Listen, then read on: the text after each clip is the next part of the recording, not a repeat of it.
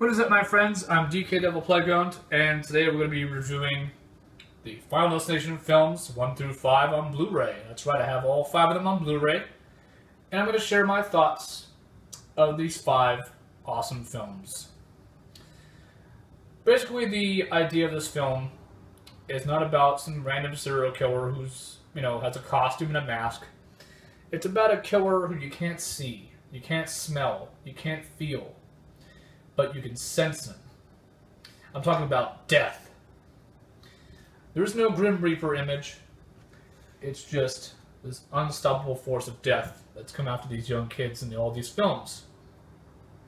That's what we're going to talk about today. So, without further ado, let's move the camera over to the first one here that you see on the far left.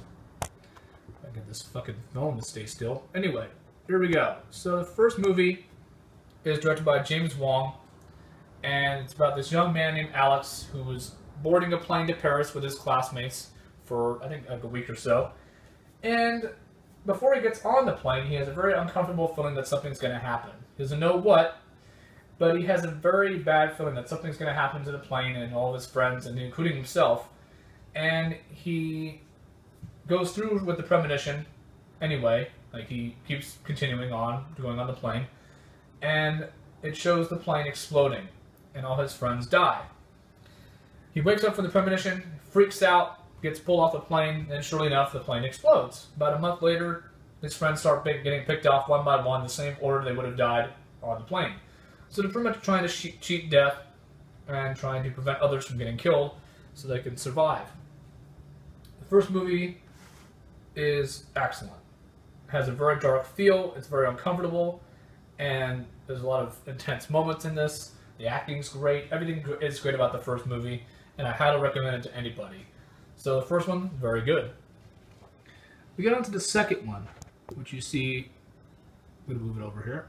There we go. The second one's about a young girl named Kimberly who is with her friends in an SUV, and they're driving somewhere. I forget where they're going, but they are going to have a fun time. Kimberly has a very uncomfortable feeling that something's going to happen to her and her friends, and these other strangers that are also going in the same direction she's going in. And she has a premonition of a highway pileup, huge crash. I mean, the beginning of the scene is incredible. Just like in the first movie with the plane crash exploding. It's very intense, very terrifying, felt very realistic. And Kimberly wakes up from the premonition after all her friends get killed in a premonition, and she blocks the on-ramp so these other strangers don't go on the highway. And surely enough, there actually is a pileup.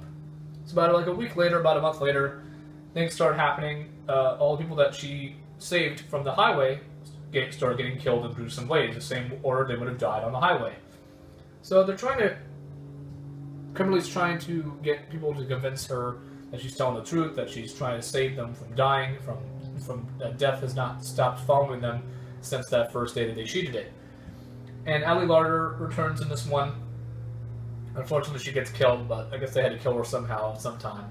That kind of sucks, but it was fun to see her back again as Claire Rivers, trying to help Kimberly out with the situation, because Claire Rivers has been through this before, like you guys saw in the first movie, so it's kind of cool that she came back, and she's helping them out. There's also some other connections that go on, too, that you're not going to expect. Like, there's a lot of new twists and turns. It's actually a little more complicated this time around, death is, so that's pretty cool. And overall, the acting's great as the first, not as good as the first, but the acting's still pretty good. The suspense is definitely there. It has a dark feel like the first one did. And overall, the second one was very enjoyable. Okay, moving on to the next one. Final Destination 3 is about a young girl named Wendy who has a terrible feeling that something's going to happen on a roller coaster ride at her night at grad night. And she saves some people from getting killed on the roller coaster ride after it actually does collapse and fall apart and all her friends get killed. So she's trying to warn them and trying to save them from getting killed next. And she's trying to save them in order of when they would have died in the seating that they were sitting in on the roller coaster ride. So the third one I really love. I think it's my second favorite in the franchise, and I really thought that it was done very well. It's directed by James Wong again. It's great that he came back to direct the third one after he directed the first one, which is very good. And the third one was very enjoyable. It has very good cast. The suspense is there. At least, you know, for the most part it was. I noticed it had a dark feel to it again. The gore, the death scenes this time around was incredible. A little bit more than you would expect in the first two films. They started to get more and more gory as it goes on, but it's still fun though. There's still suspense involved, you know. But the third one had a perfect balance of suspense, humor, and creativity. I think the third one is really good. A lot of people hate it. I don't understand why. They say it's like the worst in the franchise. I don't agree with that at all. The third one is my second favorite in the franchise, and I think it's a lot of fun and it's been made very well. So congrats to James Wong, and thank you for returning the Final Destination 3 film. And I think people need to appreciate the third one a little bit more. That's my thoughts on the third one. I loved it.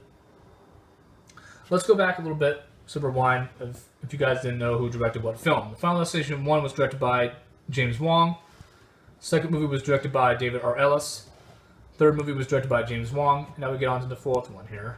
The Final Destination, or Final Destination 4, whatever, it's the same shit.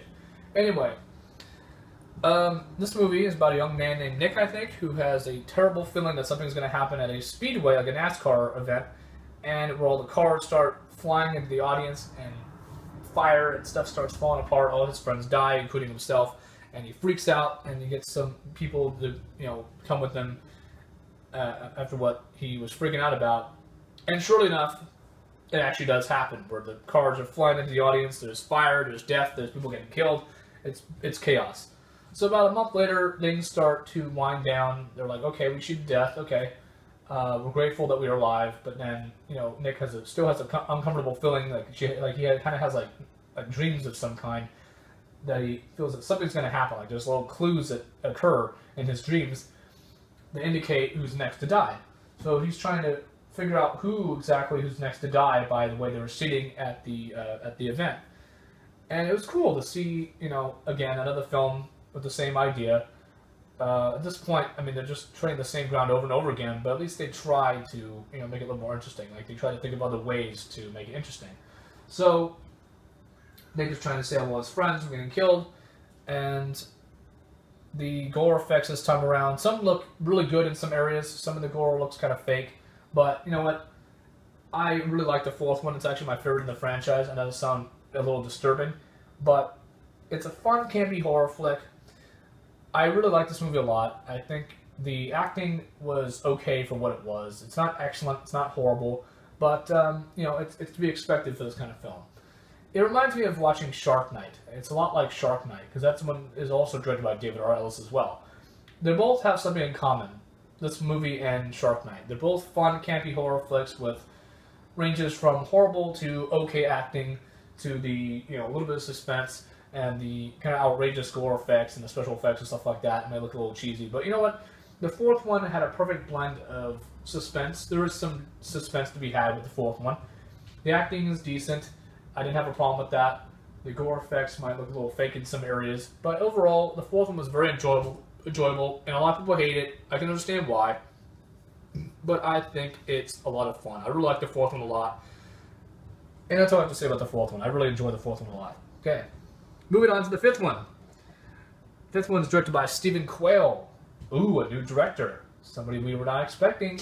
So first off, that's a new twist, because the first one was directed by James Wong. The second one was directed by David Ellis. Third one was directed by James Wong. Fourth one was directed by David Ellis. And now we get Stephen Quayle. Okay, so new director. Let's see what goes on with this one.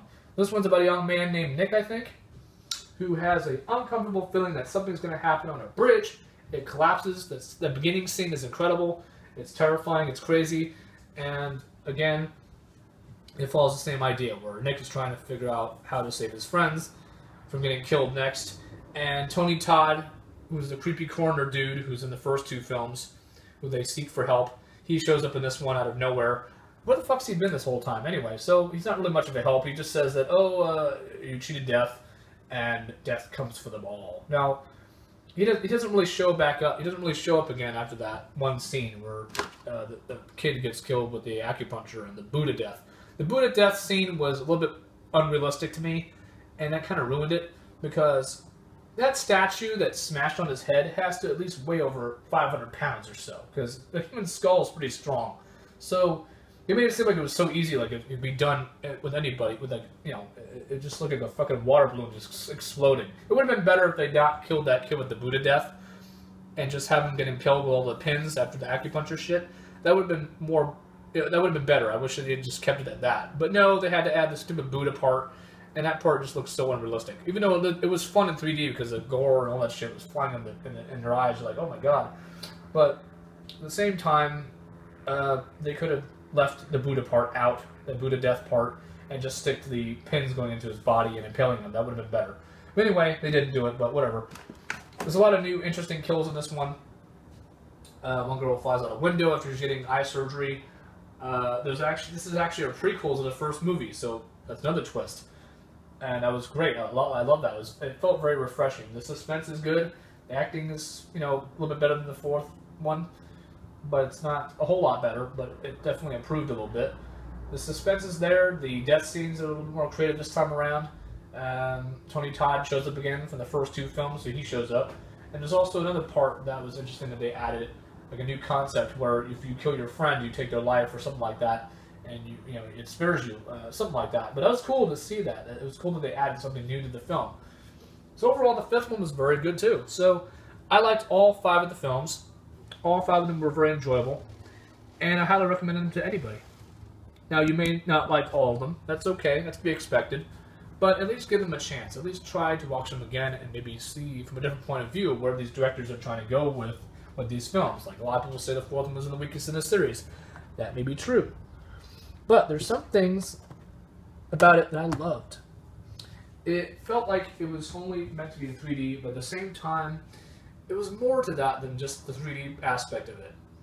I felt that I was watching a low-budget horror film that was fun and campy, and kind of like, and just, you know, balls to the wall, gory, and just, you know, rely on a lot of special effects. I mean, that's kind of what the fourth one reminds me of.